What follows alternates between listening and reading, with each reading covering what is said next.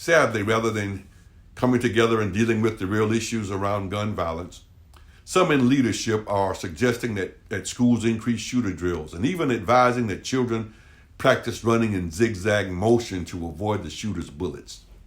These are sad suggestions from the very people in power who can and should be taking a more direct and concrete approach to dealing with gun violence.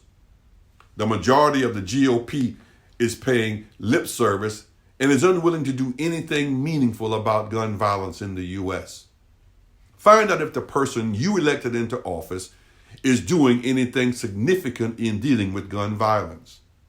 If they're giving you lip service, then exercise the power that you have to deal with their faithless concern. And for the record, an example of lip service is when they talk about a person's constitutional right to bear arms. This has nothing to do with about taking away one's right to bear arms. It is about the type of weapons used to kill and slaughter people. It is about any individual being able to buy a gun without any meaningful background check. It is about common sense things that have nothing to do with a person's constitution. It's about raising the age limit for those wanting to purchase assault rifles. And should they go there with this constitutional garbage? What about the constitutional rights of those who had it until they were killed?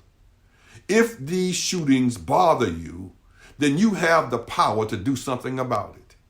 If you're like me, I am concerned that this might happen at my grocery store, in my neighborhood, in my church, or at my child's school. We have an obligation and the power to do something about it. We can vote those out of office who refuse to do anything meaningful about gun violence in the U.S. And for the record, I'm talking about elected officials at every level, local, state, and federal. Congress has the power to do something about this, and we have the power to vote them out of office if they fail to do something meaningful. Taking to the streets to call for action is not enough. We must go to the polls and vote. Let us vote them out of office. Thank you.